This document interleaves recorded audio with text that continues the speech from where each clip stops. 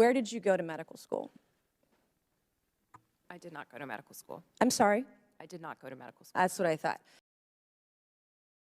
Mr. Chairman, the Twitter files were not just about Hunter Biden's laptop. Twitter files make it apparent Twitter worked overtime to suppress accurate COVID information.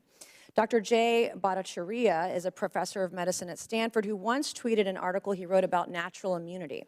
Thanks to Elon Musk's release of the Twitter files, we learned some of his tweets were tagged with the label of Trends Blacklist. Apparently, the views of a Stanford doctor are disinformation to you people.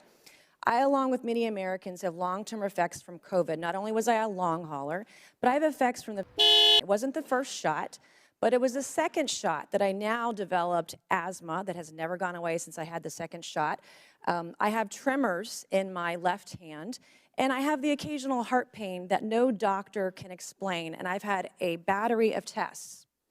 I find it extremely alarming Twitter's unfettered censorship spread into medical fields and affected millions of Americans by suppressing expert opinions from doctors and censoring those who disagree with the CDC.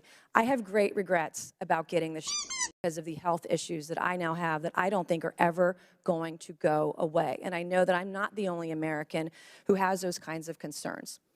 Another example of what Twitter has done to censor folks is from Dr. Martin Kulldorff, a Harvard-educated epidemiologist who once tweeted, COVID vaccines are important for high-risk people and their caretakers. Those with prior natural infection do not need it, nor children. The Twitter files reveal this tweet was deemed false information because it ran contrary to the CDC. So my first question this morning of Ms. Gaddy, may I ask of you, where did you go to medical school? I did not go to medical school. I'm sorry? I did not go to medical school. That's what I thought. Why do you think you or anyone else at Twitter had the medical expertise to censor a doctor's expert opinion? Our policies regarding COVID were designed to protect individuals. We were seeing— You guys censored Harvard-educated doctors, Stanford-educated doctors, doctors that are educated in the best places in the world, and you silenced those voices.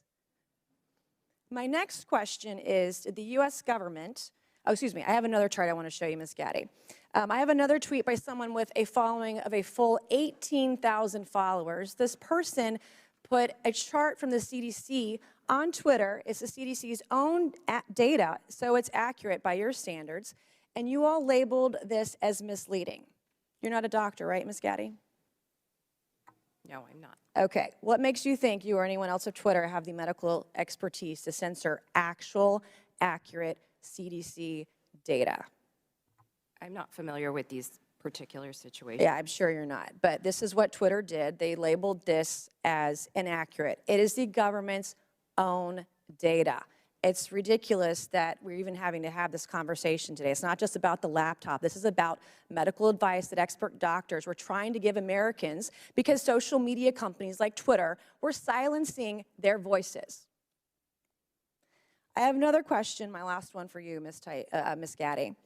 Did the U.S. government ever contact you or anyone at Twitter to pressure Twitter to moderate or censor certain tweets? Yes or no?